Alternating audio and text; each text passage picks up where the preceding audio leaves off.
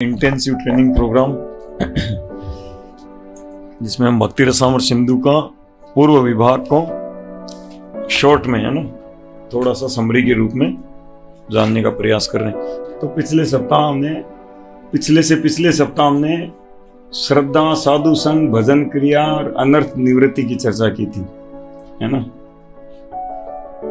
तो पिछले सप्ताह हमने चर्चा की थी कि 3 प्रकार की भक्ति, ठीक है, साधना भक्ति, भाव भक्ति और प्रेम भक्ति। और साधना भक्ति 2 प्रकार की है ना, वेदी साधना भक्ति, रागानुगा साधना भक्ति। शुद्ध भक्ति के 6 लक्षण है ना। तो भक्ति के जो 9 स्तर हैं, इनमें शुद्ध भक्ति शुरुआत होती है निष्ठा स्तर में पहुंचने के बाद, क्योंकि निष्ठा स्तर पहुंचने तक हमारे जो अनर्थ हैं प्राय मिट जाते हैं, है ना। प्राय मीन्स मोर देन 90% मिट जाते हैं। पाप और पुण्य के जो अनर्थ हैं हमारे मोर देन 90% मिट जाते हैं और तब निष्ठा की भक्ति प्राप्त होती है। हमने श्रीमद् भागवतम से ऐसे चर्चा किया था ना, ऐसे कई। और अब फिर आगे चर्चा किया था कि अब शुद्ध भक्ति की यहां से शुरुआत होती है। इस संबंध में गीता का श्लोक 18.54 या 5 है ना, 4 है शायद, 5 तो वो है भक्त्या माम में भी जाना था, 54 जो भी है। तो भगवान कहते हैं कि मद भक्ति लभते बराम, उस समय, है ना। और 14.26 में भी कहते हैं माम चयो अव्यभिचारेण भक्ति योगेन सेवते सगुणान समतीत्य तान ब्रह्म भूयाय कल्पते। जो अव्यभिचारिणी भक्ति करता है ना, यानी व्यभिचारिणी भक्ति मतलब व्यभिचारी शब्द का यूज किया भगवान श्री कृष्ण ने। व्यभिचारिणी जब कोई स्त्री अपने पति को छोड़कर दूसरे पुरुष पर ध्यान लगाती है ना, उनसे रिश्ता बनाने का प्रयास करती है। तो इसी प्रकार जब कोई श्री कृष्ण की भक्ति करता है और साथ साथ गणेश चतुर्थी आ गई तो देवताओं को, नवरात्र आ गए लक्ष्मी जी को, श्रावण आ गया शिव जी को, है ना, तो उसकी भक्ति क्या है, व्यभिचारिणी भक्ति कहलाती है। तो व्यभिचारिणी भक्ति जब तक करेंगे तब तक वो प्रकृति के गुणों में खेलना पड़ेगा। और भगवान कहते माम चयो अव्यभिचारिण है, जब कोई अव्यभिचारिणी भक्ति करता है, भक्ति योगेन सेवते सगुणान समतीत्यतान, वह प्रकृति के गुणों को लांघ जाएगा। ब्रह्म भूयाय कल्पते, और ब्रह्मभूत अवस्था को प्राप्त करेगा। 14.26 है ना। आप लोग सब 16 माला जप करते हो, 4 नियम पालन करते हो। अभी पीछे सावन है ना, नवरात्रा कई आके गया, कोई किसी अपने आप को टेस्ट लेकर लीजिए कि हम लोग व्यभिचारिणी भक्ति वाले हैं कि अव्यभिचारिणी भक्ति वाले हैं।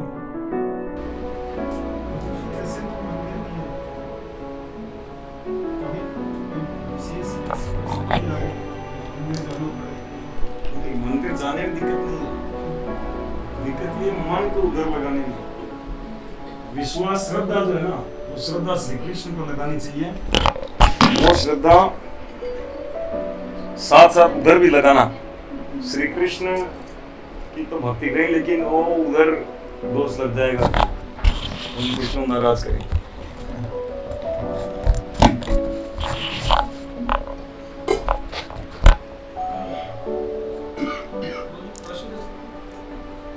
हाँ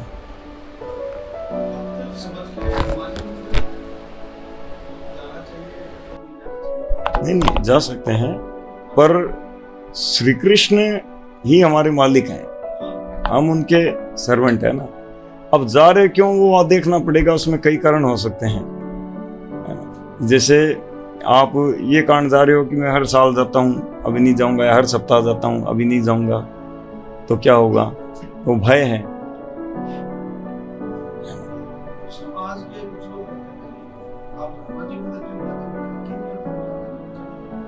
हाँ, ऐसे कोई कहे तो ऐसे हनुमान जी गणेश जैसे जा सकते हैं, ऐसे है ना। लेकिन भक्त जो होता है वो कहीं पे भी जाए, कहीं पे उसका एक ही टारगेट कि उनको तो कृष्ण चाहिए, है ना।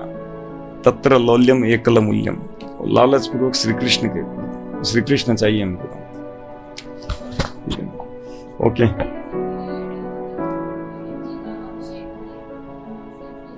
हाँ जो भी है इसको फॉर्मेलिटी के रूप में, उसको ये सोच के नहीं कह रहे हम नहीं जाएंगे तो क्या, और हमको उनसे भी कुछ चाहिए नहीं तो कैसे पार पड़ेगा।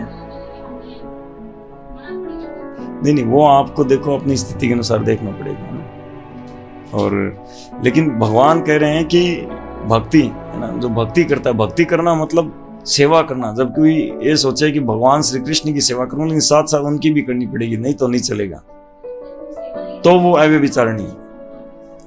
ऐसे गोपियां कात्यायनी देवी की पूजा करके कहा कि हमको कृष्ण चाहिए, है ना, ठीक है। वृंदावन में हम जाते हैं, गोपेश्वर महादेव, चकलेश्वर महादेव, कामेश्वर महादेव, और वहां भक्त लोग जाते हैं किस लिए, हमको कृष्ण चाहिए, श्री कृष्ण के चरणों में शरणागति हमारी बड़ी। जो भी है, चर्चा डाइवर्ट हो जाएगी। तो इस शुद्ध भक्ति के 6 लक्षण है ना, तो जिनमें से पहले 2 लक्षण प्रकट होते हैं, ये रागानुगा साधना भक्ति है ना, निष्ठा स्तर से आसक्ति स्तर तक, और दूसरे 2 लक्षण भाव स्तर, और तीसरे 2 लक्षण प्रेम स्तर। मतलब 2 2 4 2 6 6 लक्षण होते हैं, ठीक है ना, जिसमें पहले लक्षण की हमने चर्चा कर ली थी, याद है किसी को? हाँ, तो उसमें हमने क्या चर्चा की थी? हाँ, साइकिल कर्म, फलोन्मुख, हाँ ठीक है ना, क्लेश का कारण और कर्म परिणाम, ठीक है। तो ये हमने चर्चा किया था कि इग्नोरेंस, फिर भौतिक इच्छाएं, है ना, श्री कृष्ण का इग्नोरेंस, भौतिक इच्छाएं, और परिणाम क्या होगा, फिर भौतिक कर्म करने पड़ेंगे, कर्म करते ही पाप होगा, और पाप का फल तो लेना पड़ेगा, और अज्ञानता और बढ़ जाएगी, है ना। जितनी भौतिक इच्छाएं करेंगे पूरी, पाप के बिना पूरी नहीं होती, और पूरी करेंगे तो इग्नोरेंस बढ़ेगा, ठीक है। और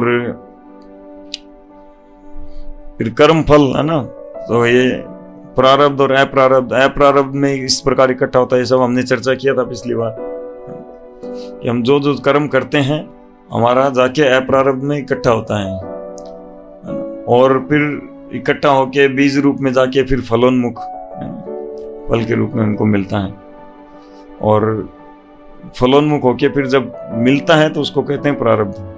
जब फिक्स हो जाता है कि ये इसको ये इस जन्म में ये दे दिया, अब इसका ये होना है, तो प्रारब्ध हो गया, ठीक है ना। और इस जन्म में जो हम करते हैं कर्म, उनमें से प्रारब्ध अप्रारब्ध में जाते हैं अधिकांश, कुछ कुछ इसी जन्म में आगे जाके प्रारब्ध के साथ शामिल होकर मिल जाते हैं, ठीक है। यानी इस जन्म में जो हम मनुष्य जीवन में जब हम नए कर्म करते हैं तो ज्यादातर तो अप्रारब्ध में इकट्ठा होते जाते हैं। कई बार देखते हैं यह व्यक्ति कितना पाप करता है, इसका कुछ नहीं हो रहा है, ऐसे ही घूम रहा है, वो इकट्ठा हो रहा है, आगे मिलेगा, है ना। और कई लोगों को इसी जन्म में मिल जाता है, थोड़ा किया मिल गया, है ना, ठीक है। अब हम चर्चा करते हैं दूसरा लक्षण, शुभदा। तो हम थोड़ा फास्ट चलेंगे।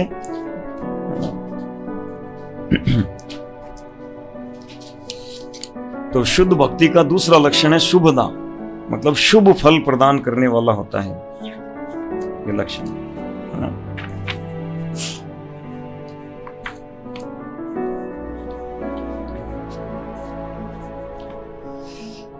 तो शुभदा में 4 कैटेगरी है ना, 4 चीजें हैं शुभदा के अंतर्गत।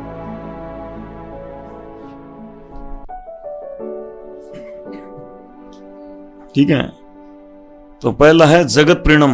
जगत प्रीणम मतलब जब कोई भक्त के अंदर यह लक्षण प्रकट होता है तो वो पूरा जगत का प्रिय बन जाता है।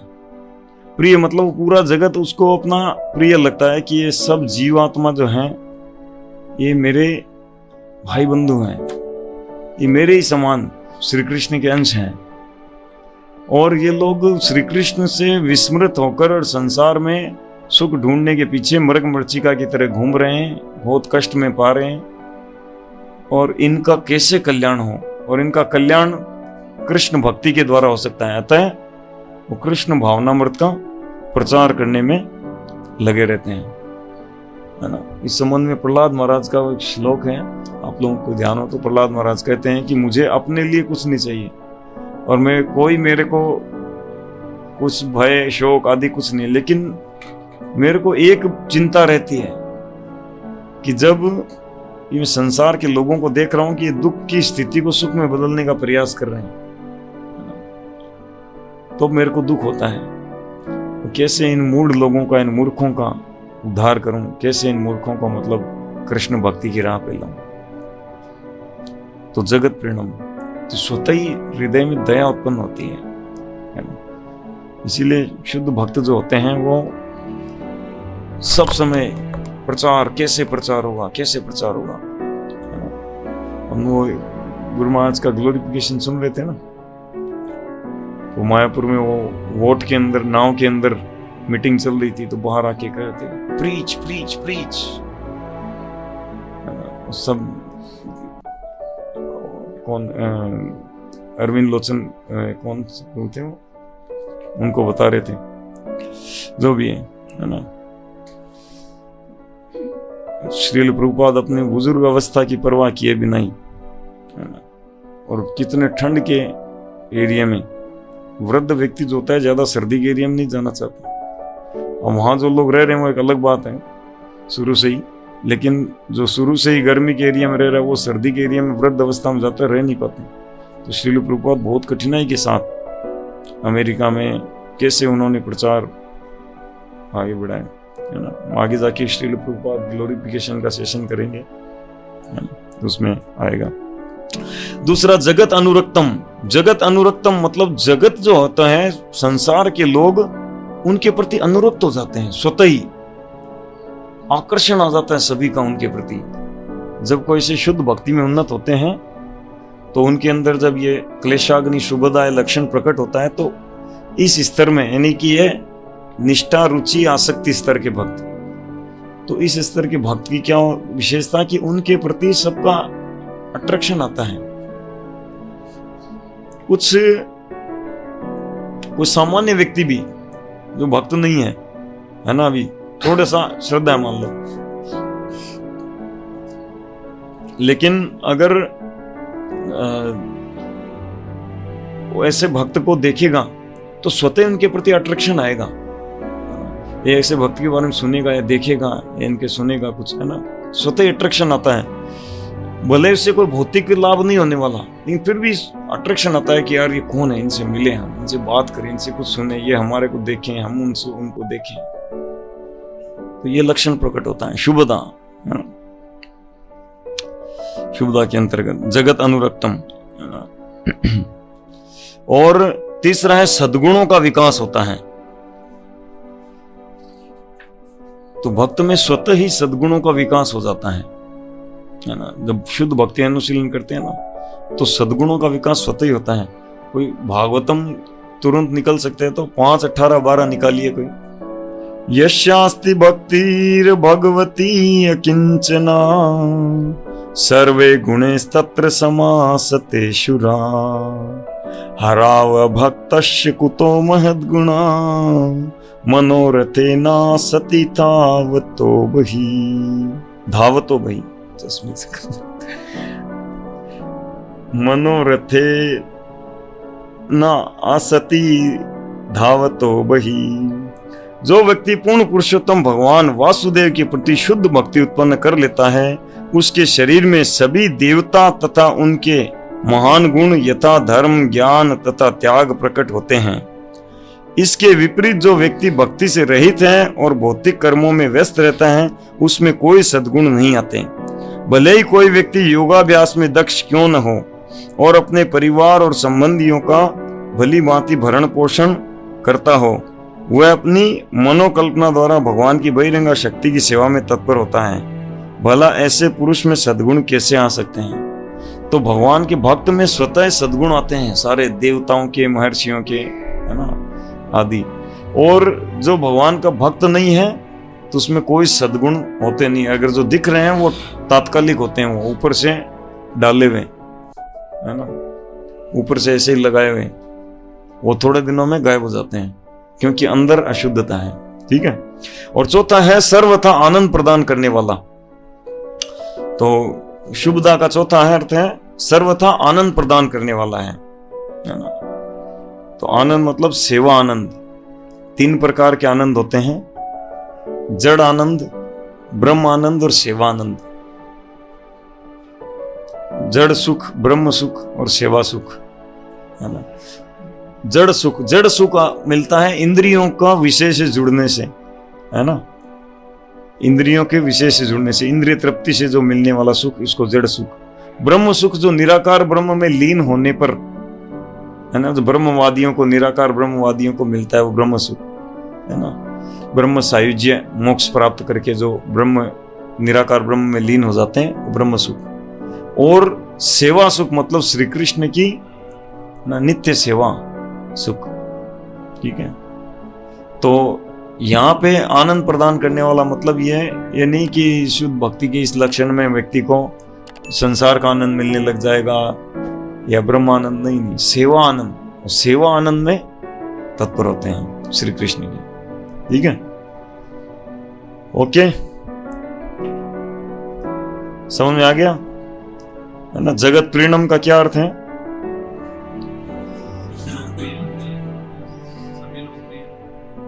हाँ, तो क्या करते हैं, उसका कैसे पता चलता है? वो जीवों के प्रति दया, नामे रुचि जीवे दया। तो रुचि स्तर में आता है भक्त, जब रुचि बढ़ती है तो जीवों के प्रति दया आती है ना। और जगत अनुरक्तम, जगत उनके प्रति अट्रैक्ट हो जाता है ना। श्रील सनातन गोस्वामी जब एक ब्रज में सारे ब्रजवासी इतने उनको पसंद करते थे, इतना उनसे प्रेम करते थे कि वो एक गांव से दूसरे गांव जाते थे तो उस गांव के सारे लोग उनको छोड़ने के लिए जाते थे साथ साथ, और उस गांव के सारे लोग लेने के लिए आ जाते थे इस गांव। इतना था।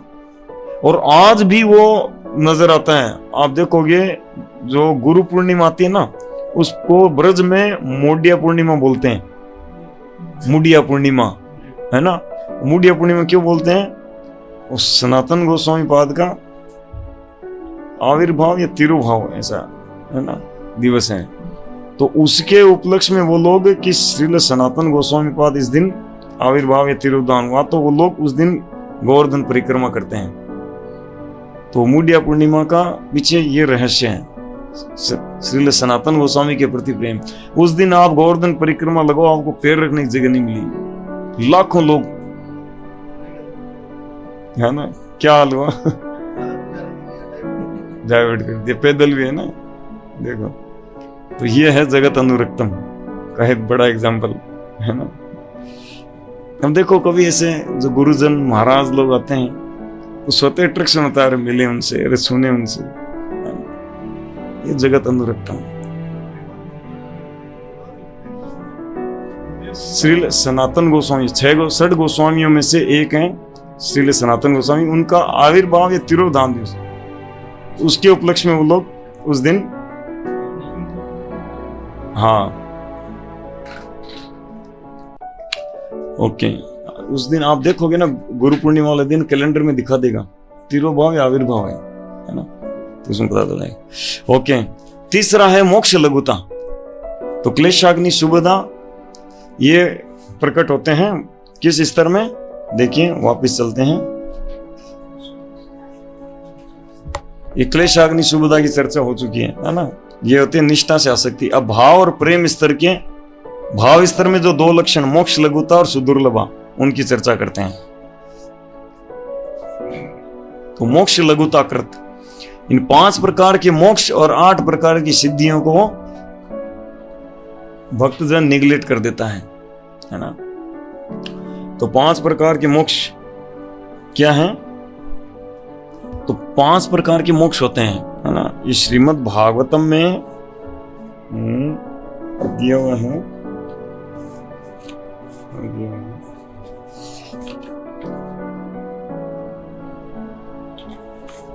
श्रीमद् भागवतम तीसरा स्कंद और तीसरा स्कंद का 29 या 30वें अध्याय के कोई बीच में से है 10-15 नंबर श्लोक के आसपास है ना, आप सर्च कर लीजिए, जहां भगवान कपिल देव बताते हैं 5 प्रकार की मुक्तियों के बारे में। सायुज्य, सालोक्य, सारूप्य, सृष्टि और सामीप्य है ना। तो ये 5 प्रकार की मुक्तियां हैं, जिनमें से सायुज्य मुक्ति जो है वो है भगवान के निराकार ब्रह्म ज्योति है ना, भगवान की जो अंग कांति है, भगवान के धाम के बाहर अंग कांति जो उनकी, जिसको निराकार ब्रह्म कहते हैं। तो ये 5 प्रकार की मुक्तियां हैं, जिनमें से ये एक प्रकार की मुक्ति सायुज्य मोक्ष जो है, ये है निराकार ब्रह्म ज्योति में लीन होना। तो इसको तो कोई भी भक्त कभी पसंद करता ही नहीं है। बाकी 4 प्रकार की है मुक्ति, वो है सालोक्य, सारूप्य, सृष्टि, सामीप्य। यानी सालोक्य मतलब भगवान के ही लोक में निवास करना, सारूप्य यानी भगवान के ही जैसा रूप मिलना। वैकुंठ जगत में आप देखोगे प्राय सारूप्य मिलेंगे, मतलब उनके जैसा भगवान विष्णु का रूप है वैसा ही सबका रूप है, वहां सबका चतुर्भुज रूप होता है। इसलिए वो विष्णु दूत जब आए थे अजामिल को लेने तो चतुर्भुज रूप में थे। ठीक है, केवल 2 ही अंतर होते हैं, वो श्रीवत्स चिन्ह और कौस्तुभ मणि, बाकी सेम दिखेंगे, जैसे ये भी भगवान विष्णु, ये भी भगवान विष्णु जैसे दिखेंगे। सारूप्य खाली 2 अंतर होता है, कौस्तुभ मणि और श्रीवत्स चिन्ह है ना। और सृष्टि है, श्रीवत्स चिन्ह भगवान के छाती के ऊपर एक तरफ राइट साइड में एक तरफ थोड़ा सा सफेद बालों का गुच्छा होता है, ऐसा बहुत सुंदर होता है वो किसी में और नहीं होता, वो केवल भगवान में होता है। हाँ जो भी तो, और सृष्टि मतलब भगवान के जैसा ऐश्वर्य। वैकुंठ जगत में जैसे भगवान के पास अपना विमान है, भगवान के पास अपना जो है महल है, जो है ऐसा कैसा भक्त को दे देते हैं इस सृष्टि मुक्ति में, है ना। जैसा भगवान के पास ऐश्वर्य सब दे देते हैं, वो शंख चक्र गदा पद्म भी दे देते हैं। हाँ चतुर्भुज तो सारूप्य में हो ही गया, सृष्टि में। और सामीप्य तो भगवान के निकट असिस्टेंट की तरह या भगवान के ऐसे निकट निवास करते हैं, है ना, ये सामीप्य है। तो ये 4 प्रकार के मोक्ष होते हैं, ये भक्त लोगों के लिए। और ये जो पहला है सायुज्य, ये मायावादियों के लिए, क्योंकि ये सायुज्य जो है वो भगवान के धाम के बाहर आउटसाइड है ये, और बाकी 4 है इनसाइड है। ठीक है,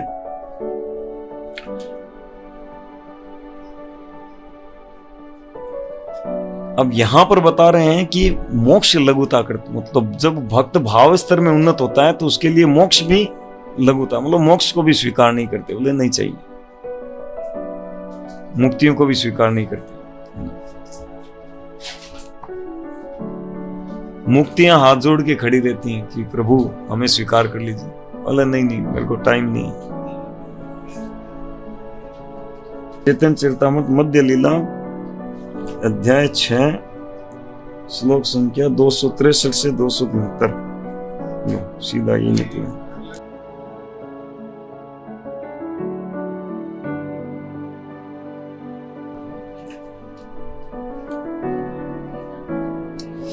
तो श्रील सार्वभौम भट्टाचार्य और भगवान चैतन्य महाप्रभु का संवाद है ना। तो भट्टाचार्य कहे भक्ति सम नहे मुक्ति फल, भगवत भक्ति विमुखेर है दंड केवल। सार्वभौम भट्टाचार्य कह रहे हैं, शुद्ध भगवत प्रेम का उदय जो भक्ति का फल है, शुद्ध भगवत प्रेम का उदय जो भक्ति का फल है, वह भौतिक बंधन की मुक्ति से कहीं बढ़कर है। जो भक्ति से विमुख हैं उनके लिए ब्रह्म तेज में समा जाना एक प्रकार का दंड है। यह इसकी बात हो रही है सायुज्य मोक्ष की। जो सायुज्य मोक्ष प्राप्त करते हैं, तो सार्वभौम भट्टाचार्य जो खुद पूरे एकदम मायावादी थे ये सायुज्य मोक्ष के पीछे, वो भक्त बन गए। फिर वो कितना अच्छे से बता रहे हैं कि ये देखो ये सायुज्य मोक्ष तो ये दंड के समान है, क्योंकि सार्वभौम भट्टाचार्य जब उद्धार हो गया तो भगवान चैतन्य महाप्रभु के पास एक श्लोक पढ़े आके, हो तत्तेनुकंपा सुसमीक्षमाणो भुंजान एवात्मकृतम विपाकम। तो उस श्लोक में मुक्ति पदे सदाय भाग, यानी कि जब कोई ऐसे अपने विगत दुष्कर्मों का परिणाम को स्वरूप कष्टों को सहन करता है भगवान की प्रसन्नता के लिए, कि भगवान जैसी भगवान की इच्छा, और अपने विगत दुष्कर्मों का परिणाम सहन करते हुए भक्ति में बना रहता है भगवान की, है ना, तो उसके लिए मुक्ति पदे सदाय भाग, उसके लिए जो मुक्ति है वो दाय भाग के समान, मतलब वसीयत में जैसे क्या बोलते हैं उत्तराधिकार, विरासत में जैसे स्वतः ही मिल जाता है, पिताजी का धन है, दादाजी का धन है, वो स्वतः ही बेटों के नाम चढ़ना है, वैसे उसके लिए मुक्ति जो है वो स्वतः ही उसके नाम से चढ़नी है। उसके लिए क्या करना, जीवित, उसको जीवित रहना है, मुक्ति पदे सदाय भाग, है ना। इसका रेफरेंस आप नोट कर लीजिए। हाँ, श्लोक ही दिया हुआ है यहाँ पे 10-14-8। जो आपकी अनुकंपा चाहता है और अपने विगत कर्मों से उत्पन्न सभी प्रकार की विपरीत परिस्थितियों को सहन करता है ना। भगवान जो आपकी अनुकंपा चाहता है और अपने विगत कर्मों से उत्पन्न सभी प्रकार की विपरीत परिस्थितियों को सहन करता है, जो मन वचन तथा शरीर से सदैव आपकी सेवा में संलग्न रहता है और जो सदैव आपको नमस्कार करता है, वह निश्चय ही आपको अनन्य भक्त बनने का पात्र है। तो यहां पर श्री सार्वभौम भट्टाचार्य ये मुक्ति पदे को भक्ति पदे पढ़ते हैं, है ना। मुक्ति पदे से दाय भाग को वो कहते हैं कि भक्ति पदे से दाय भाग। तो बाद में भगवान चैतन्य महाप्रभु कह रहे भक्ति क्यों, इस भागवत का श्लोक बदल क्यों रहे। बोले कि नहीं, ये मुक्ति शब्द अच्छा नहीं है। बोले मुक्ति का केवल एक ही अर्थ थोड़ी है, और भी है ना। मुक्ति भगवान के आश्रय में, इसलिए भगवान को भी एक नाम मुक्ति, इसलिए उनके चरणों का भी एक नाम मुक्ति है, क्योंकि मुक्ति उनके चरणों में आश्रित है।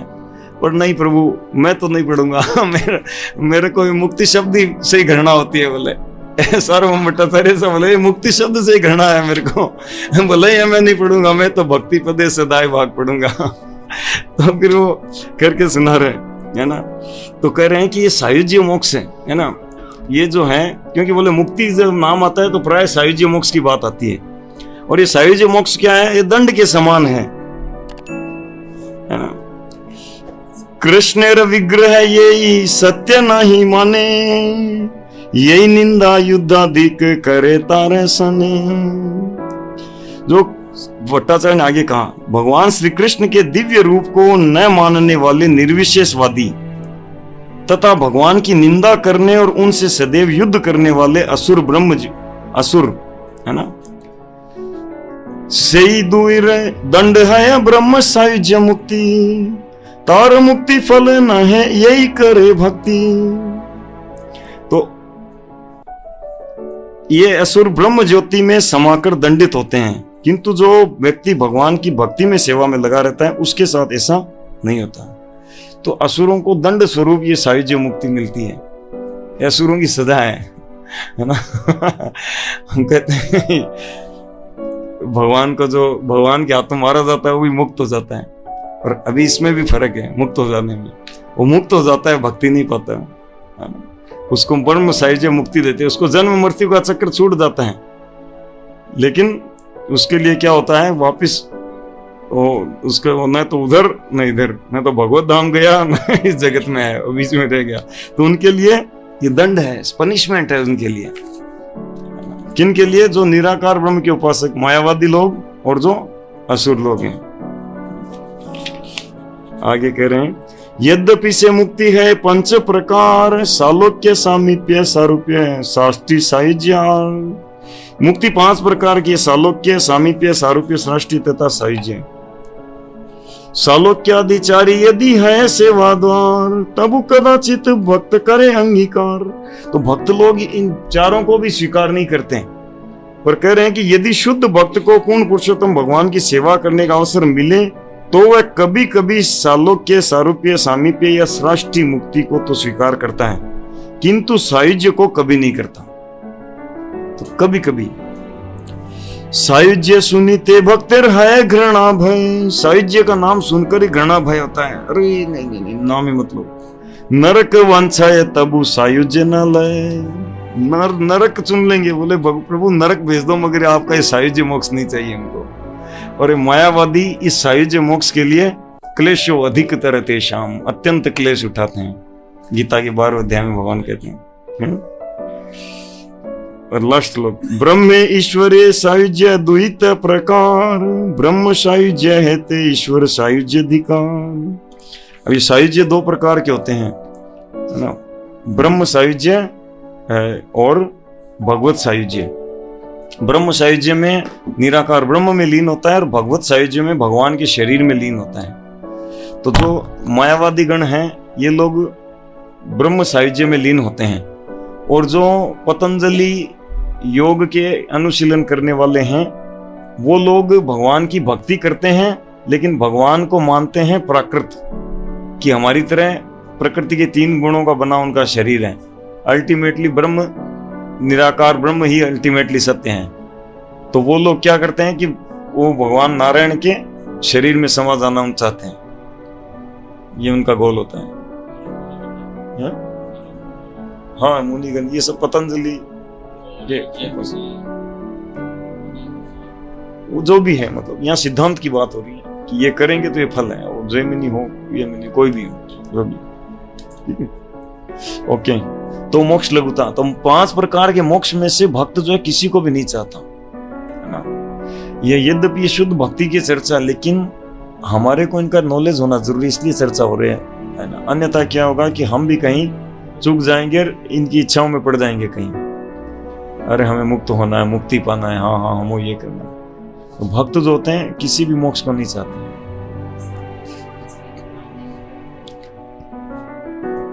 लेकिन भक्त इसको भी नहीं चाहते, है ना। इसका चर्चा आएगी, आगे आएगी, लेकिन हम उसमें जाएंगे नहीं। जब भाव भक्ति और प्रेम भक्ति की चर्चा आएगी ना, तो उसमें आएगा। प्रेम भक्ति की चर्चा में जब श्री कृष्ण ब्रज में लीलाएं कर रहे थे, तो उनकी लीलाओं में शामिल होने के लिए वैकुंठवासी भी आके जन्म लेते थे। उसको पूरा डीपली चर्चा है, आगे थोड़ा आएगा, आप थोड़ा याद दिलाइएगा, है ना। लास्ट में जब हम अगली क्लास में उसको फिनिश करेंगे तो थोड़ी देर चर्चा करेंगे, उस समय करेंगे, ठीक है। और 8 प्रकार की सिद्धियां भी भक्तगण नहीं चाहते, ठीक है ना। तो 8 प्रकार की सिद्धियां हैं, जो नाम लिखा हुआ है आप लोगों को भेज दिया जाएगा ना। अणिमा, गरिमा, लघिमा, यानी किसी में एक अलग अलग प्रकार, किसी सिद्धि को प्राप्त करने वाला लघु बन जाता है, एकदम छोटा बन जाता है, कोई एकदम हल्का बन जाता है, वो पानी पे चल सकता है, हवा में उड़ सकता है, इतना हल्का बना लेता है अपने आप को। गरिमा, है ना, ऐसे करके अलग अलग हैं। प्राप्त की, प्रकाम्य, मतलब कुछ भी प्राप्त कर सकता है, यहाँ पर बैठा ही दूर कश्मीर से एप्पल तोड़ के ला सकता है, और दूसरे की कामनाओं को पूर्ति कर सकता है, किसी को मन के बारे में जान सकता है, आपके मन में क्या चल रहा है वो जान जाएंगे सामने आते हैं, है ना, बागेश्वर बाबा। हाँ, ये सिद्धियां, अच्छा ये सिद्धियां मिलती कैसे हैं? जब अष्टांग योग अनुशीलन करते हैं कोई, है ना, अष्टांग योग अनुशीलन करते हैं तो उसके 8 अंग होते हैं, यम, नियम, आसन, प्राणायाम, है ना। यम नियम मतलब जो काम की चीज नहीं उनको त्यागते हैं, और जो अनुकूल चीजें उनको अपनाते हैं, है ना। और आसन लगा कर बैठते हैं प्रॉपर। प्राणायाम, सांस का पूरा संतुलन करते हैं। यम, नियम, आसन, प्राणायाम। प्रत्याहार मतलब फिर वो जो चीजें अभी काम की नहीं बिल्कुल उनको पूरी तरह त्याग देते हैं, कोई मन से भी बिल्कुल कोई इच्छा नहीं, मन में भी कोई संसार की इच्छा नहीं। प्रत्याहार, है ना। प्रत्याहार में जो भी है, मैं काफी समय पहले पढ़ा था, याद नहीं। और प्रत्याहार, धारणा, ध्यान, समाधि। धारणा, ध्यान, समाधि में धारणा में वो भगवान के चरणों का, है ना, भगवान विष्णु के, परमात्मा के वो चरणों का ध्यान करते हैं अपने अंदर। और फिर ध्यान, धारणा करते हैं मतलब उनकी, है ना। और फिर ध्यान मतलब उनमें ध्यान लगना लग जाता है उनका, है ना।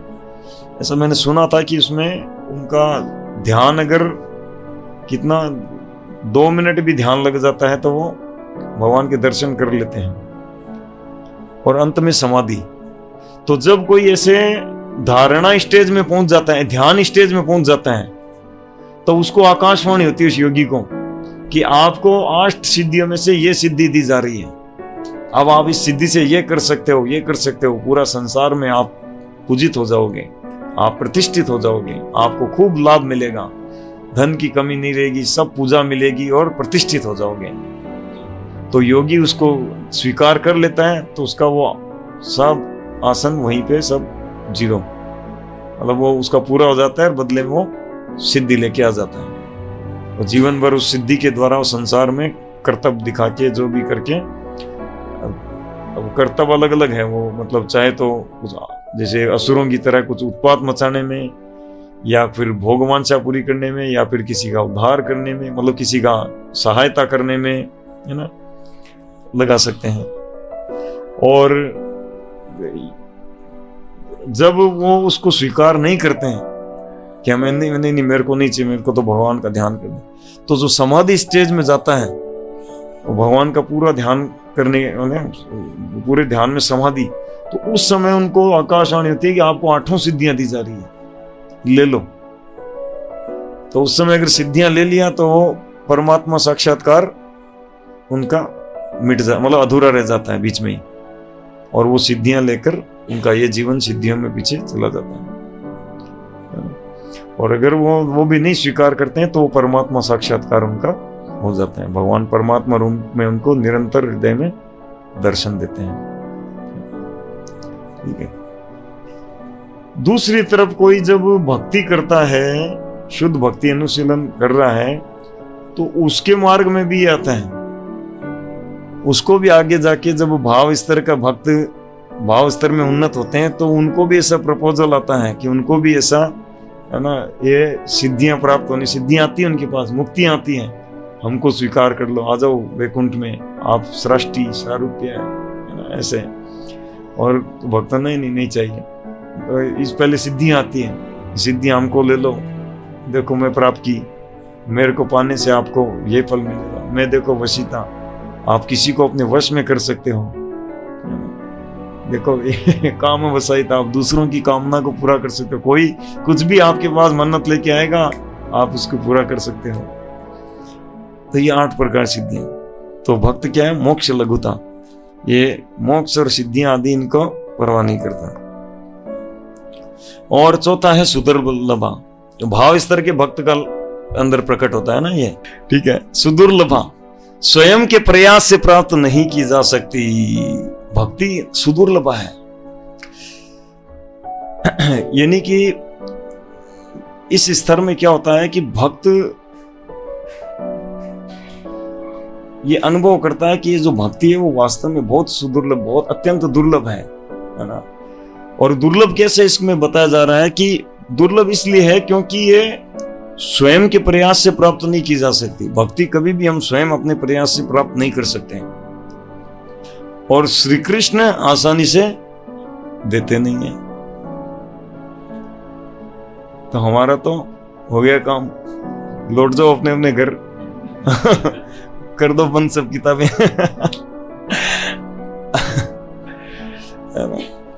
तो वास्तव में भक्ति ऐसे दुर्लभ है। अभी हमको दुर्लभता महसूस नहीं, जब आगे जाके दुर्लभता महसूस होगी, यार कितनी दुर्लभ भक्ति बन रही है ना।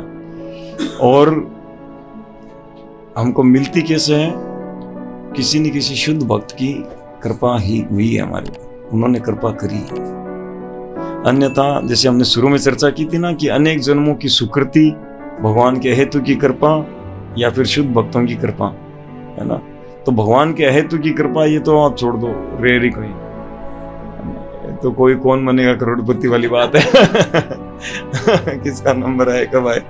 और अनेक जन्मों की सुकृति के विषय में श्रील रूप गोस्वामी पाद बताते हैं कि कृष्ण भक्ति रस भाविता मति न लभ्यते, एक श्लोक है, बोले करोड़ों जन्मों की सुकृति से भी कृष्ण भक्ति प्राप्त नहीं हो सकती। अनेक अनेक जन्मों की सुकृति से जो भगवान की भक्ति प्राप्त होती है ना, तो करोड़ों जन्मों तक की सुकृति से तो नहीं मिलती। ये श्रील रूप गोस्वामी पाद ने लिखा है ना। करोड़ों जन्मों की सुकृति से भी, करोड़ों जन्म तक हम इधर उधर सुकृति भगवान के ना नाम लेते गए और कमाते गए, इससे नहीं मिलेगी। तो ये केवल शुद्ध भक्तों की कृपा से मिलती है। तो इस जीवन में या पिछले जीवन में, जैसे अनजाने में कोई पोटेशियम साइनाइड चख भी ले तो मरना निश्चिंत है ना। इस संबंध में एक बार बताया था ना कि एक वो हमारे ज्वेलरी लाइन में थे, वो ज्वेलरी के पॉलिश करते हैं ना। आजकल जितनी भी ज्वेलरी की पॉलिश हो रही है सब पोटेशियम साइनाइड में हो रही है। तो जीभ मत लगा लेना उसमें ज्वेलरी लाओ तो धोखे काम में ना। और वो लोग विशेष केमिकल में धोखे देते हैं जिससे उसका इफेक्ट खत्म हो जाता है पॉइजन में। लेकिन इतना खतरनाक होता है कि वो बहुत थोड़ा सा मिला होता है पूरे पानी में, इतना सा 1 ग्राम मिलते हैं इतना पानी में 20 लीटर में। और उसके बावजूद उसका अगर धुआं सूंघ लिया, एक व्यक्ति था जिसको अचानक पॉलिश करते करते लाइट जली गई थी और सोचा कर लेता हूँ, धुआं हो गया, थोड़ा सा धुआं इनहेलेट कर लिया, है ना, होता है ना। प्रभु जी ने बता ही दिया। ज्वेलरी फैक्ट्री में वो तो अलग बात है, चला के वो चला के पी जाते, वो तो अलग बात है। पर भूल से सूंघ लिया, नाक में गया तो वो ऐसा बीमार पड़ेगा, ठीक नहीं होगा। और एक व्यक्ति था जिसने वो हाथ हो गए थे उसके, और हाथ को धोना भूल गया था, और उन्हीं हाथों से रोटी चूर के मुंह के पास किया, करते ही झन शुरू हुआ। अरे ये क्या हो गया, तुरंत उठ के हाथ धोया, मुंह धोया। आज 15 साल हो गए, उसका होठ जो है वैसे ही कांपता है। कितना थोड़ा सा कैसे करके आया, जबकि 1 ग्राम के अंदर भी आधा गोल्ड होता है, आधा पॉइजन होता है। वो कितना खतरनाक है पोटेशियम साइनाइड। तो ऐसे ही अभी ऐसे खतरनाक जहर को कोई अनजाने में भी खाया, भला उसको जानकारी न हो बस नहीं। ऐसे ही शुद्ध भक्तों की कृपा होती है, पूरा इसके विपरीत समझ लो। शुद्ध भक्तों की कृपा ऐसी होती है कि एक तरफ कोई करोड़ों जन्मों से सुकृति कमाने लग रहा है, और दूसरा कोई सुकृतिवान नहीं भी है, और थोड़ा सा उनकी शुद्ध भक्तों की सेवा हो गई, कृपा मिल गई, बस लग गया जंप। अब है प्रेम स्तर के जो 2 लक्षण।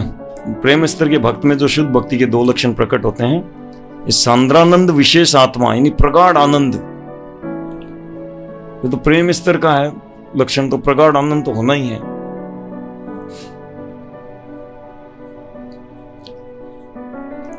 प्रगाढ़ आनंद मतलब उसमें मिलता है, आनंद में रहता है एकदम।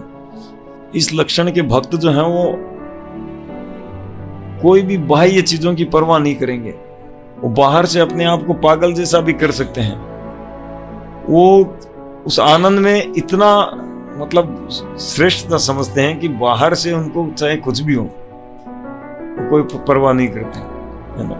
जैसे भरत महाराज को सूखी रोटियां, जली हुई रोटी, चिंटियां लगी हुई भोजन ऐसा दे देते थे, और वो खा भी लेते थे, है ना, क्योंकि उनको पता था मैं प्रदर्शित नहीं करूंगा कि मैं एक समझदार हूं। वो अपने आप को, है ना, गूंगा, बहरा, अंधा बनाए रखते थे।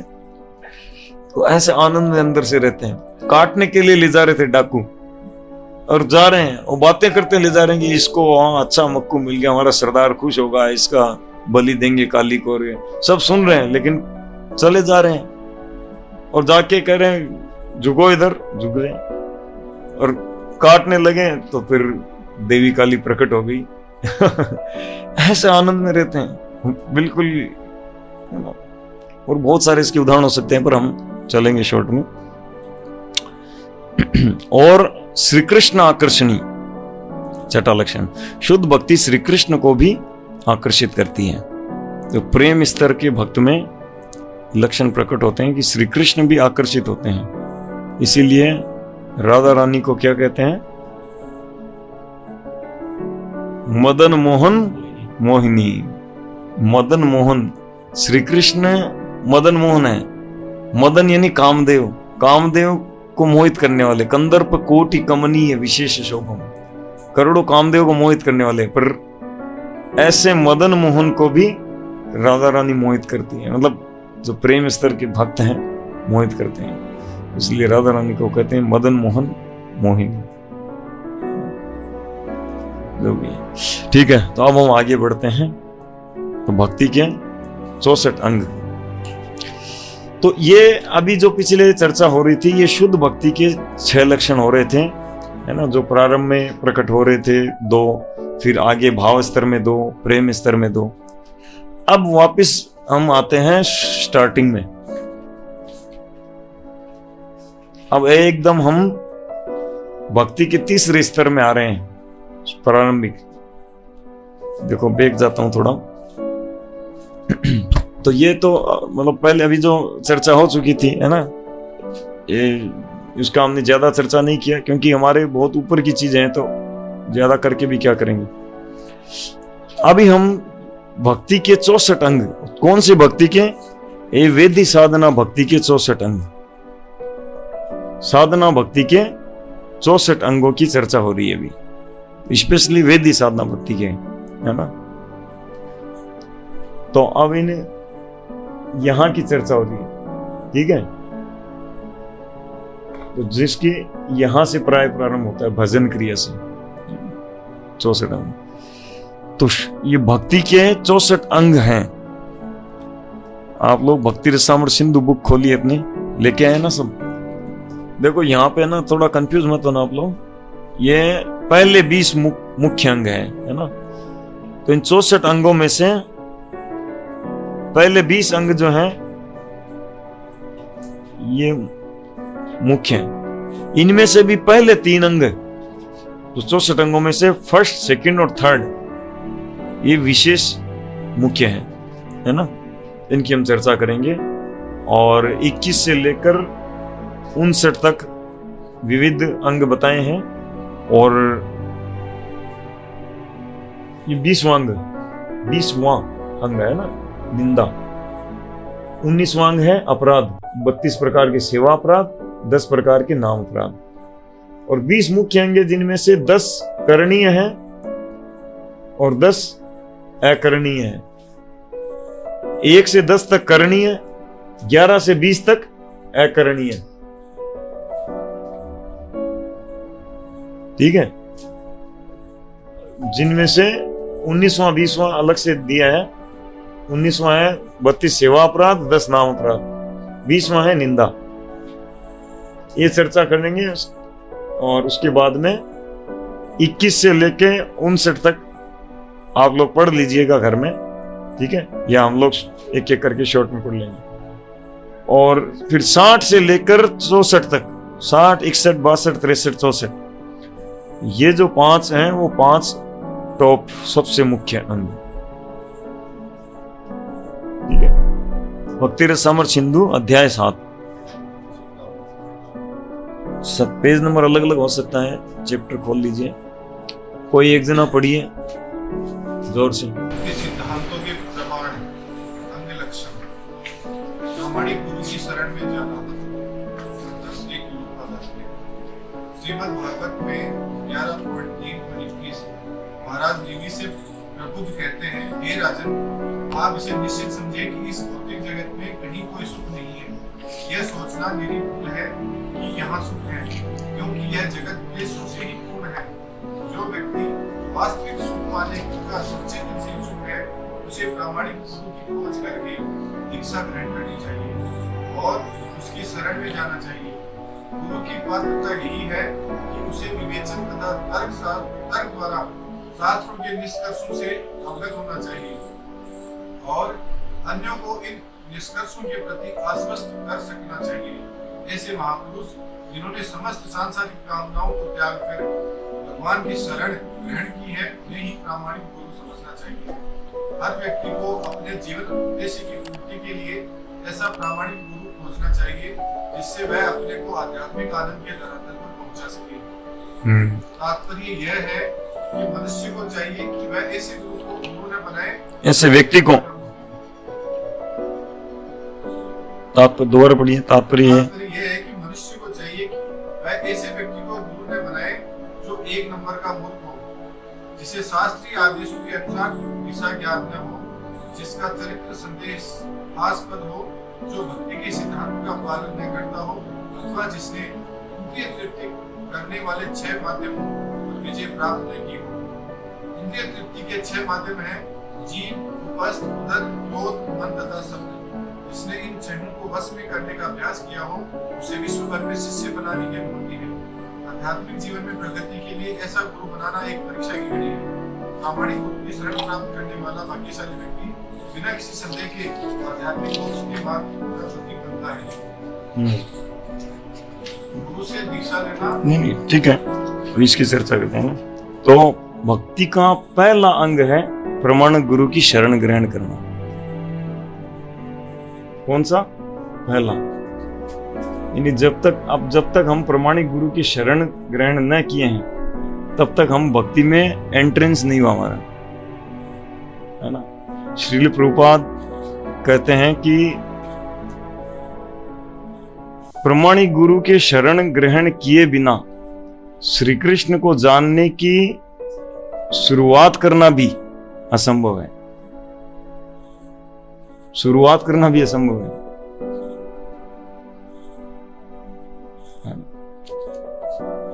कोई कहेगा हम तो जानते हैं, पूरा एड्रेस जानते हैं, हम माता पिता बाप दादों को जानते हैं, श्यामम त्रिभंग ललितम, ऐसा सीधे सीधे नहीं जान सकते। भगवान खुद कहते हैं माम तु वेद न कश्चन है, मुझे कोई नहीं जान सकता, है ना। न मैं विदु सुरगणा प्रभुवम न महर्षय, न मुझे देवता जान पाते हैं न महर्षि जान पाते हैं।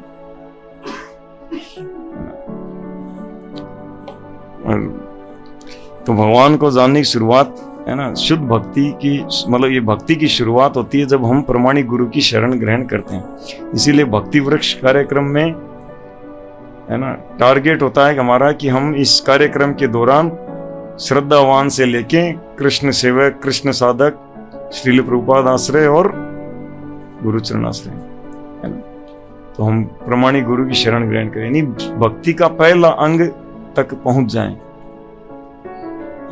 और यही नहीं किया है तब तक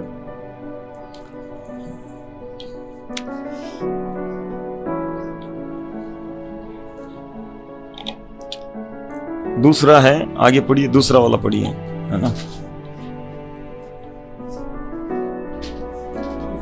तो ये पहला अंग जो है वो विशेष इंपॉर्टेंट है ना।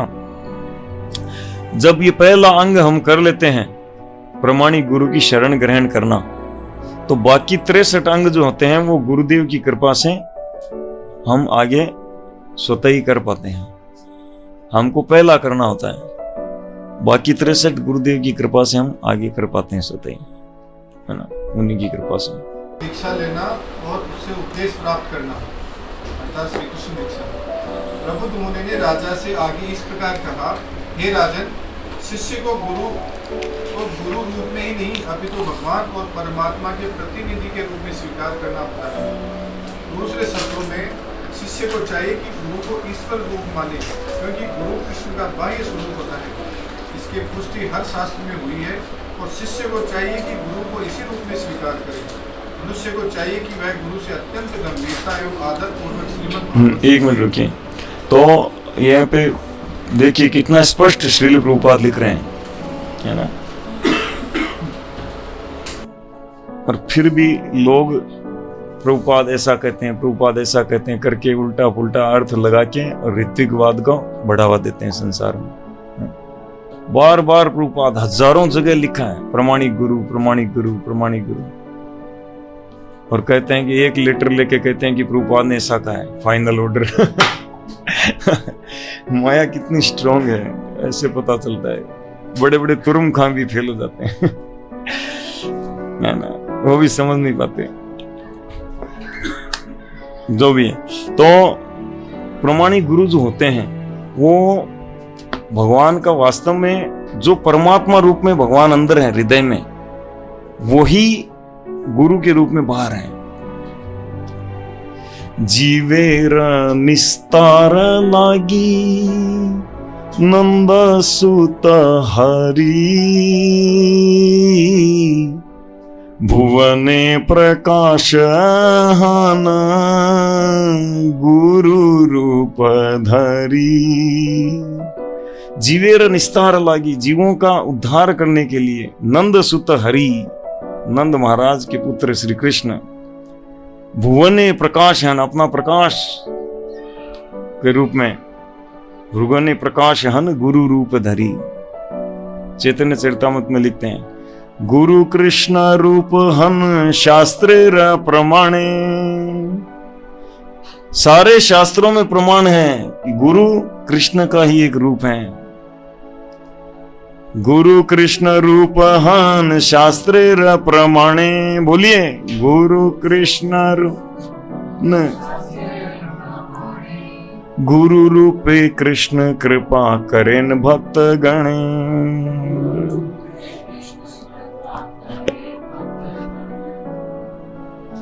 तो गुरु कृष्ण का ही एक रूप है, सारे शास्त्रों का प्रमाण है।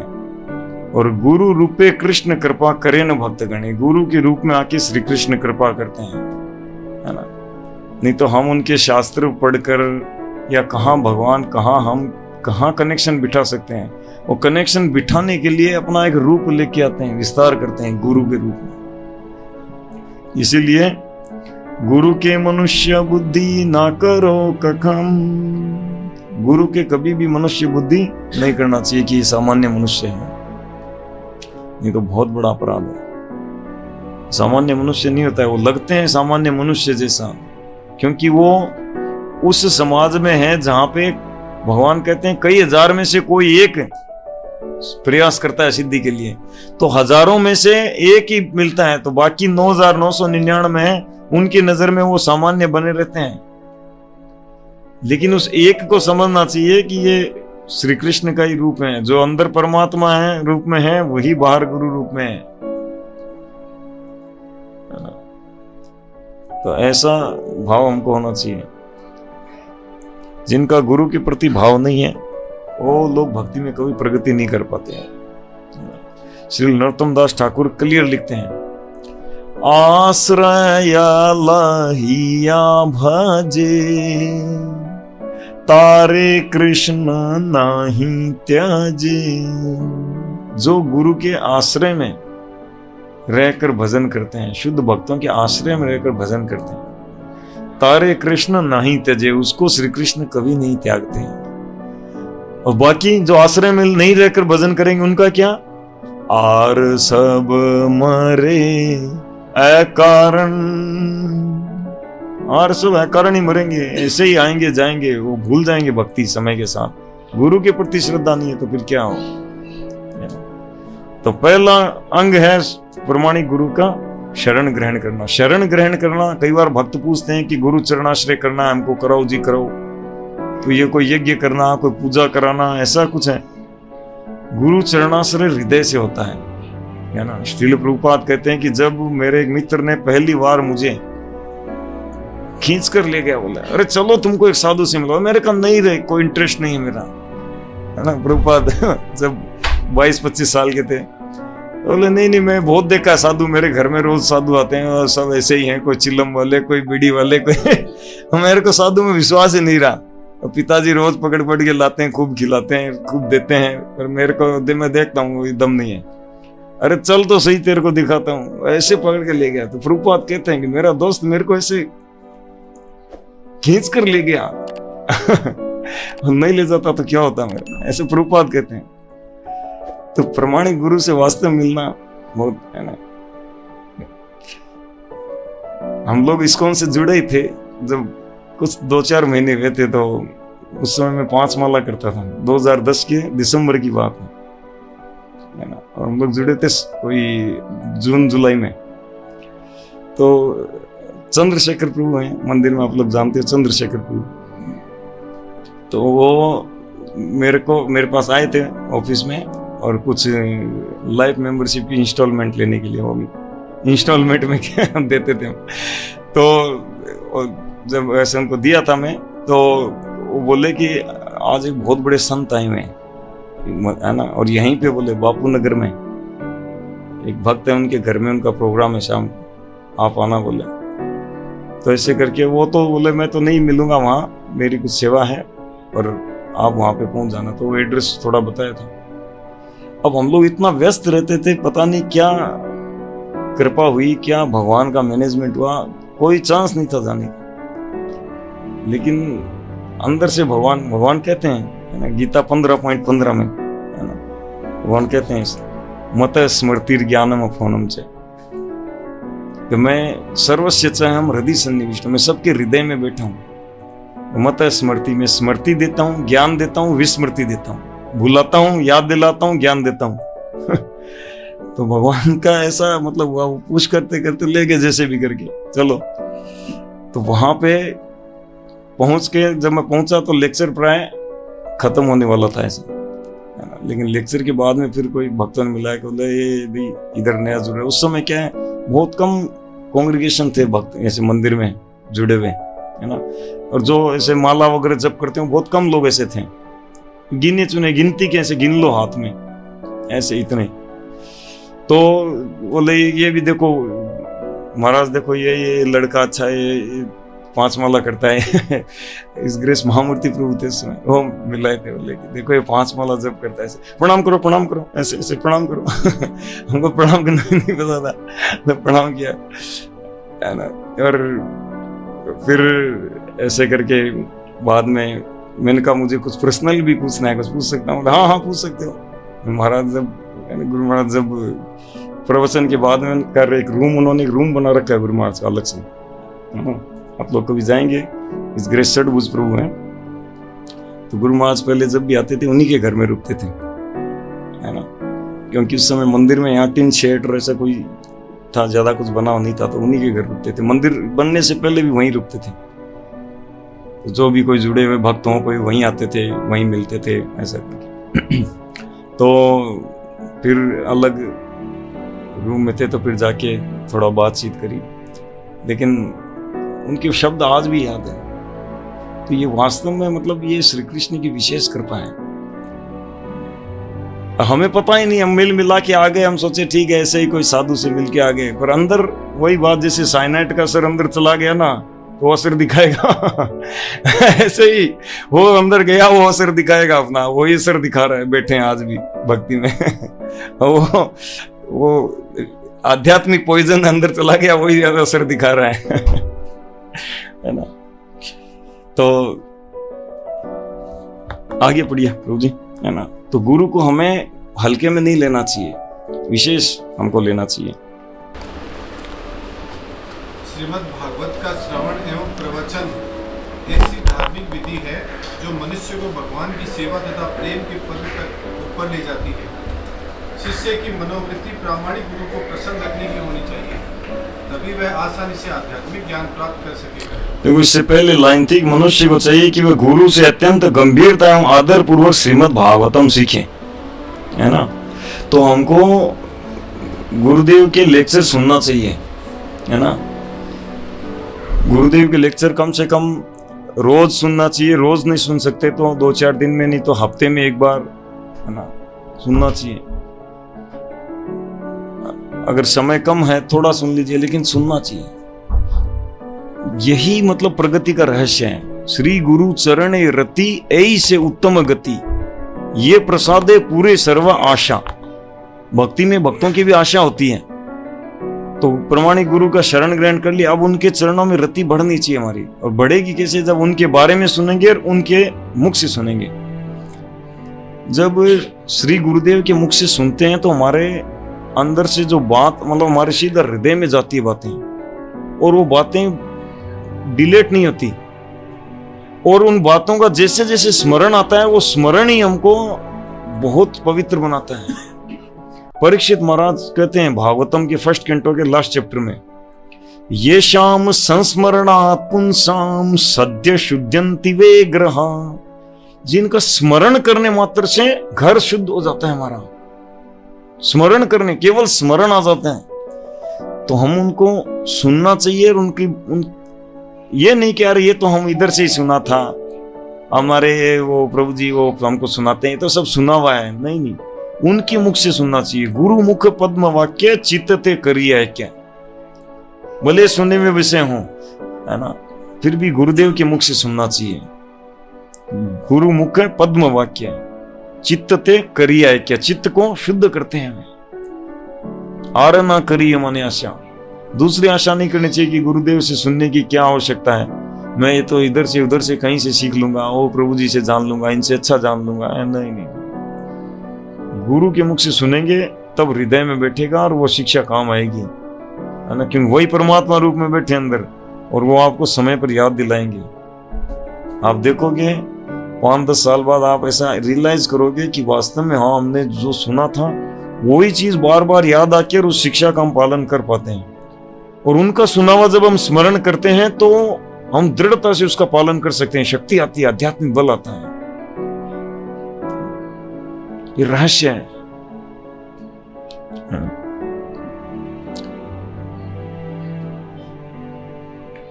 ओके, तो श्रीमद् भागवत का श्रवण एवं प्रवचन ऐसी धार्मिक विधि है जो मनुष्य को भगवान की सेवा तथा प्रेम के पद तक ऊपर ले जाती है। इसके विषय में आगे चर्चा आएगी, है ना। आगे पढ़िए। शिष्य की मनोवृत्ति, शिष्य की मनोवृत्ति प्रामाणिक रूप में प्रसन्न रखने की होनी चाहिए, तभी वह आसानी से आध्यात्मिक ज्ञान प्राप्त कर सकेगा।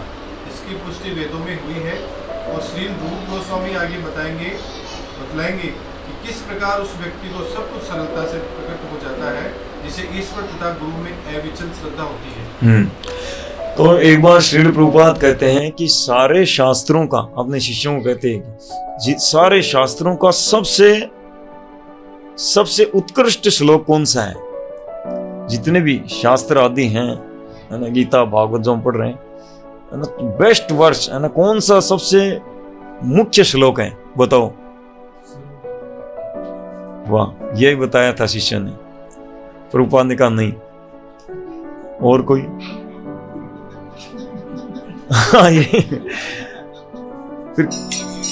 फिर कुछ शिष्यों ने कहा मन मना भव मत भक्तो, प्रभुपाद ने कहा नहीं। उन्होंने कहा तव कथा अमृतम, प्रभुपाद ने कहा नहीं। और कई ऐसे प्रसिद्ध श्लोक, ज्ञाने प्रयास मुदपाश्य नमन्ते, प्रभुपाद ने कहा नहीं। तो प्रभुपाद फिर बोले आप ही बताओ। तो बोले यश्य देवे परा भक्ति यथा देवे तथा गुरु, तस्यते, भूल रहा हूं थोड़ा सा, तस्यते कथितम येनम प्रकाशन्ते महात्मन। तो जो जिस व्यक्ति की भगवान में श्रद्धा होती है, अविचल श्रद्धा, और जैसी भगवान में श्रद्धा होती है वैसी ही गुरु में श्रद्धा होती है। जितनी हरि में श्रद्धा है, जितनी भगवान में श्रद्धा है, उतनी गुरु में श्रद्धा है, तो उसके हृदय में सारे वेदों का ज्ञान स्वतः प्रकाशित हो जाता है। दिव्य ज्ञान हृदय प्रकाशित हो। कई बार भक्त लोग पूछते हैं कि याद कैसे करें, याद नहीं रहता, शिक्षाएं याद नहीं रहती, जरूरत पड़ती पालन नहीं कर पाते। तो ये रहस्य है। गुरु मुख पद्म वाक्य सुनो। आप में से कितने लोग, है ना, जो शेल्टर लिए हुए हैं या दीक्षा लिए हैं, हफ्ते में एक लेक्चर तो सुनते हैं गुरुदेव, है ना, बहुत बढ़िया। तो आप जारी रखिए, है ना। श्रद्धा तथा विश्वास पूर्वक गुरु की सेवा करना। गुरु से दीक्षा लेने के विषय में श्रीमद् भागवत में 11.17.27 भगवान श्री कृष्ण का कथन है, हे उद्धव, गुरु को मेरा प्रतिनिधि ही नहीं अपितु साक्षात मेरा स्वरूप ही मानना चाहिए। उसे कभी भी सामान्य पुरुष नहीं मानना चाहिए, न ही सामान्य पुरुष की भांति उससे द्वेष रखना चाहिए। गुरु को सदैव भगवान के प्रतिनिधि के रूप में देखना चाहिए, और उसकी सेवा करने से सारे देवताओं की सेवा हो जाती है। तो ये 3 अंग हैं, है ना। प्रामाणिक गुरु की शरण ग्रहण करना, उनके दीक्षा, उनसे दीक्षा लेना, और उनकी सेवा करना। दीक्षा शुरुआत है ना। अभी हमको सेवा करना है। सेवा मीन्स 2 प्रकार की सेवा होती है, वपु सेवा, वाणी सेवा। आप लोग आईडीसी में सुना होगा, है ना। तो वपु सेवा शरीर की, है ना, या प्रत्यक्ष शरीर से संबंधित, और वाणी सेवा उनके आदेश उपदेश का पालन करना, ठीक है ना। तो वाणी सेवा ज्यादा मुख्य है, लेकिन फिर भी वपु सेवा का अवसर मिले तो भी उसको करना, उसमें पीछे नहीं। ये नहीं कि गुरु जी के कुछ कपड़े हैं वॉश करने हैं सुखाने हैं, नहीं नहीं हम उनका आदेश पहले करेंगे, कपड़े जाए एक तरफ उनके लिए कुकिंग करना है ना, तो जो भी है, तो वपू वाणी दोनों।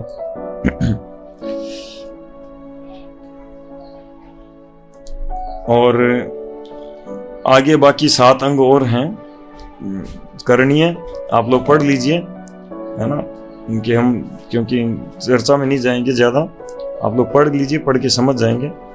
और उसके बाद में 10 अंग है अकरणीय, जिनमें 19वां और 20वां है। 19वां है अपराध, 32 प्रकार के सेवा अपराध होते हैं और 10 प्रकार के नाम अपराध होते हैं, है ना। कितने प्रकार के सेवा अपराध होते हैं गोस्वामी माता जी? सेवा अपराध कितने प्रकार के होते हैं? 10 प्रकार के। Very good. देखो यहां लिखा हुआ है और 10 प्रकार के नाम अपराध, है ना। तो ये सेवा अपराध आप लोग पढ़ लीजिए, है ना, और नाम अपराध आप लोग रोज पढ़ते ही हैं मॉर्निंग में। और 20वां है निंदा, तो कभी भी वैष्णव की निंदा नहीं सुनना चाहिए, अगर निंदा हो रही हो स्थान को त्याग देना चाहिए, है ना। 2 मिनट और इसको पूरा करके फिर नोट रखिए, है ना। और इसके बाद में अगली क्लास में हम जो 5 मुख्य अंग हैं, अंतिम जो 5 अंग हैं 59, 60, 61, 62, 63, उनकी चर्चा करेंगे डिटेलिंग में, है ना, वो कैसे मुख्य हैं, किस तरह क्या है। और फिर आगे रागानुगा भक्ति, भाव भक्ति, प्रेम भक्ति का थोड़ा थोड़ा सा परिचय चर्चा करेंगे, हल्का फुल्का, ठीक है। तो हमारी अगली क्लास लास्ट होगी ये भक्ति रसामर सिंधु।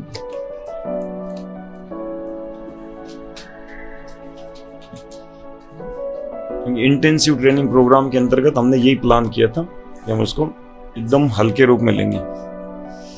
आप बताइए, किसी का कोई प्रश्न हो?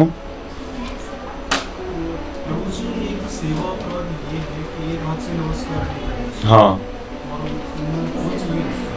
वो तो आपसे मत करिए। दर्शन करे और नमस्कार नहीं करे नहीं, गाड़ी चलाते हुए आप नमस्कार नहीं भी करोगे चलेगा, क्योंकि नमस्कार के चक्कर में एक्सीडेंट हो जाएगा। एक बार एक बस वाला अपनी बस को नमस्कार करा रहा था, एक दरगाह थी, दरगाह के आगे नमस्कार कराने के लिए रॉन्ग साइड में सीधा ले लिया, रोज लेता था। तो एक बाइक वाला आया, धड़ मर गया ऐसा, तो पेपर में बड़े अक्षरों में छपा, बोले कि ऐसा नमस्कार क्या काम का। तो इसलिए गाड़ी चलाते हुए न करो, गाड़ी में ध्यान दो, क्योंकि श्री कृष्ण के लिए गाड़ी चला रहे हो तो वो भी श्री कृष्ण की सेवा है ना, उनके काम से जा रहे हो तो वो भी उनकी सेवा है। तो सेवा में जब लगा हो नमस्कार न भी करे चलेगा। जैसे मंदिर में पुजारी अंदर जाते हैं तो अंदर मंदिर के अंदर दंडवत अलाउ नहीं होता, अल्टर के अंदर जो गर्भगृह होता है ना भगवान का, उसमें दंडवत नहीं कर सकते, पुजारी बाहर आके करेगा दंडवत। तो अंदर जब जगाने जाता है वो प्रणाम नहीं करता है, वो सब सेवा पूजा कर करा के आरती करके बाहर आके फिर दंडवत मारता है, ठीक है। करो तो मन से कर सकते हो।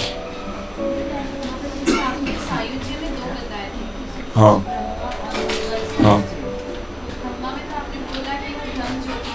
हाँ, भगवान नारायण के शरीर में, भगवान विष्णु के शरीर,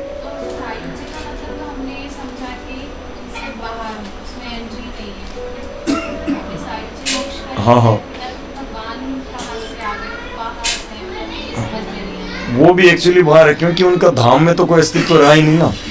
भगवान के जो निराकारवादी जो हैं वो तो भगवान के धाम के बाहर ब्रह्म ज्योति में लीन होते हैं, पर जो पतंजलि के उपासक आदि ये जो होते हैं, है ना, कई, और ये लोग भगवान के शरीर में लीन होते हैं, है ना। तो शरीर में लीन होना भगवान के धाम में रहना नहीं है, उसमें अंतर होता है ना। वो अंतर कैसा होता है वो बहुत, क्योंकि भगवान के अनेक प्रकार के रूप, अनेक विस्तार हैं, डिटेलिंग में चर्चा हो सकती है।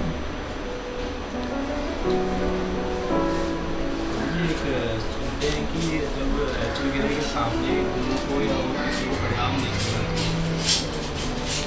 नहीं, अर्चा विग्रह के समक्ष गुरु को प्रणाम कर सकते हैं, वैष्णव प्रणाम नहीं करते हैं, अन्य वैष्णवों को प्रणाम नहीं करते। कोई आए ऐसे सीनियर तो उन्हें मन में नमस्कार कर सकते हैं,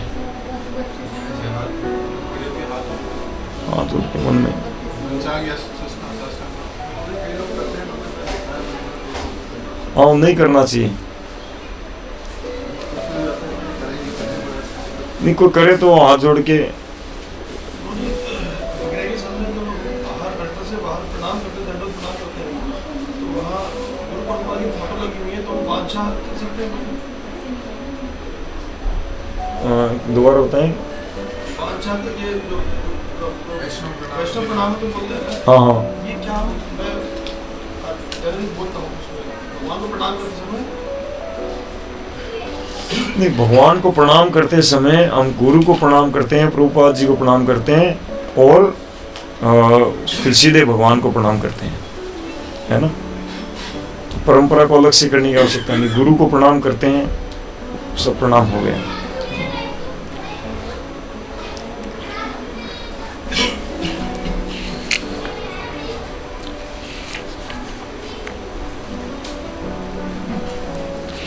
अब ये नाम अपराधों में से अपराध से मुक्त होने की भी चर्चा आती है। आप लोग कहेंगे तो मैं कर सकता हूं। जैसे कोई अपराध, नाम अपराध हो गया हो, तो अब इससे मुक्त होने का क्या उपाय है? हाँ? तो इस संबंध में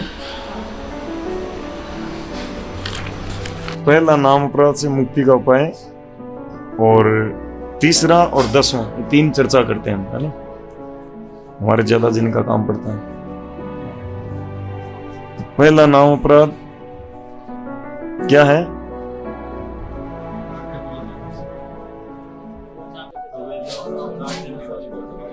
निंदा करना, है ना। अगर किसी भक्त की निंदा हो गई हो, है ना, तो उसके मुक्ति का उपाय है कि उस भक्त के चरणों में प्रपत्ति, है ना, उनके शरणागत होना कि प्रभु क्षमा कर दीजिए, हमारा अपराध हो गया आपके चरणों में, उनकी चरण ढूंढ लेना और उनके बोलना कि आप कैसे, हम आपकी क्या सेवा करें कि आप प्रसन्न होंगे, तो उनको प्रसन्न करना होगा। ठीक है, जो वो कहें वो सेवा करनी होगी। और अगर मान लो फिर भी वो ना करें तो दृढ़ता पूर्वक नाम का आश्रय लीजिए। या मान लो पता नहीं है कि कौन किसके चरणों में अपराध हुआ है, तो भी दृढ़ता पूर्वक नाम का आश्रय लेने से भगवान ये व्यवस्था करते हैं कि हम आगे जाके अपराध से वंचित हो पाए। तीसरा नाम अपराध क्या है?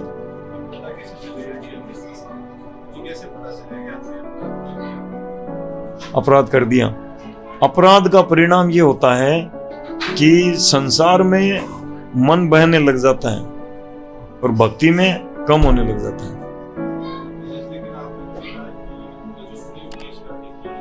हाँ, तो वो उसमें हमको डिफरेंस करना पड़ेगा कि वो गाढ़ा, है ना, घना तरल भाव है वो, और ये अपराध से जो अपराध होगा तो क्या होगा कि संसार की उपलब्धियां जो है ना वो बढ़ेगी, उसमें मन ज्यादा लगेगा, करने की इच्छा होगी, प्रवृत्ति आएगी उनमें, है ना, संसारिक चीजों में। लेकिन वो एक्चुअली में क्या है, ये बहुत जब सीरियस अपराध ऐसे कोई होते हैं तब होता है ऐसा। पर जो अपराध के प्रति भयभीत रहता है उनके साथ नहीं होता। तीसरा नाम अपराध है तथा उन्हें साधारण मनुष्य समझना। तो अगर गुरु की अवज्ञा होती रहती है हमसे, तो ये अपराध तो करते ही हैं, तो हम क्या करना है कि गुरुदेव से प्राप्त मंत्र एवं दीक्षा खो जाती है। हाँ, इसका परिणाम अगर गुरु के प्रति अवज्ञा होती है ना, गुरु अवज्ञा, मैंने सुना था जो लिनेश हालधर महाराज के लेक्चर में सुना था कि ये सबसे खतरनाक नाम अपराध है, और वैष्णव अपराध की शुरुआत यहीं से होती है। गुरु अवज्ञा से। पहले गुरु अवज्ञा करता है, गुरु की आज्ञा है उसकी परवाह नहीं करता। भगवान अंदर से याद दिलाते हैं चैत्य गुरु के रूप में कि अरे ठीक नहीं है, ये देखो गुरु अवज्ञा हो रही है, लेकिन फिर भी परवाह नहीं करता। फिर याद दिलाते हैं, फिर परवाह नहीं करता। फिर आगे जाके वो दूसरे वैष्णवों के प्रति भी अपराध करने लग जाते हैं, है ना। तो मंत्र और शक्ति है ना वो खो जाती है। हमने मंत्र और शक्ति जो मिली हुई थी हमको गुरुदेव से वो खो जाती है जब अवज्ञा करते हैं तो। और दिव्य हरिनाम करके भी पाप से मुक्त नहीं हो पाता भक्त गुरु अवज्ञा करने से, और असत्संग में पड़ जाएगा,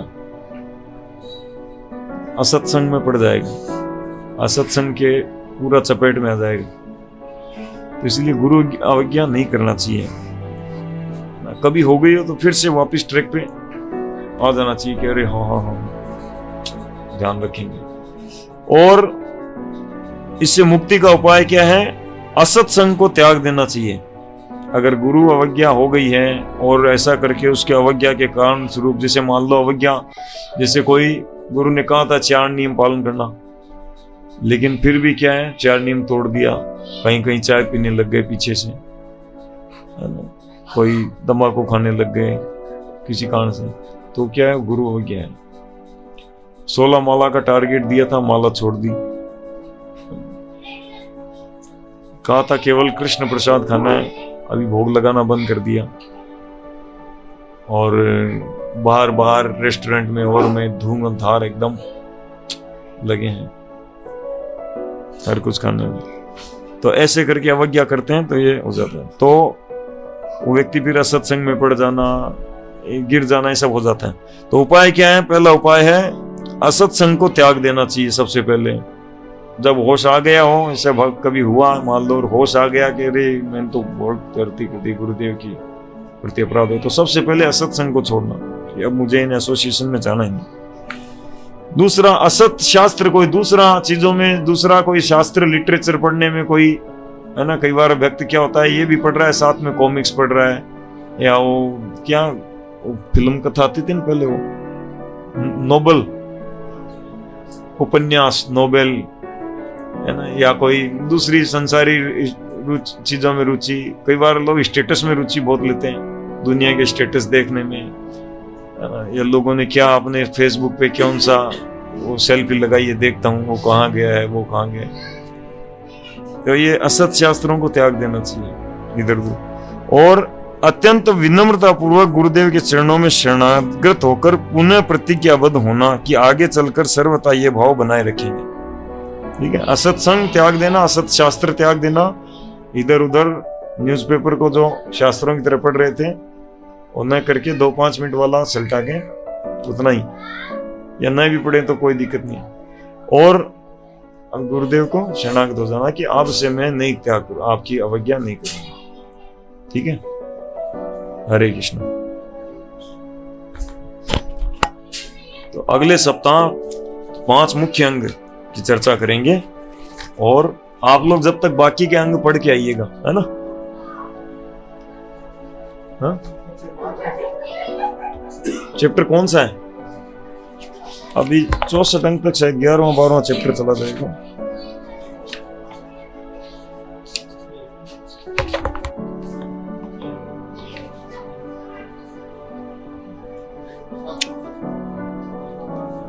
हाँ हाँ हाँ, 12वां और 13वां, तो 12वां 13वां तक पढ़ लो कम से कम। नाम अपराध, सेवा अपराध, ये 64 अंगों को अच्छी तरह से पढ़ के आप लोग आइए, क्योंकि अभी पढ़ लेंगे बाद में फिर रह जाएगा कि क्या 32 प्रकार के सेवा अपराध होते हैं। 64 अंग में से कौन से हैं 64 अंग? 64 अंगों को पढ़ लीजिए, है ना। और फिर हम अगले वीक चर्चा करेंगे लास्ट के 5 मुख्य अंगों की। हरे कृष्ण।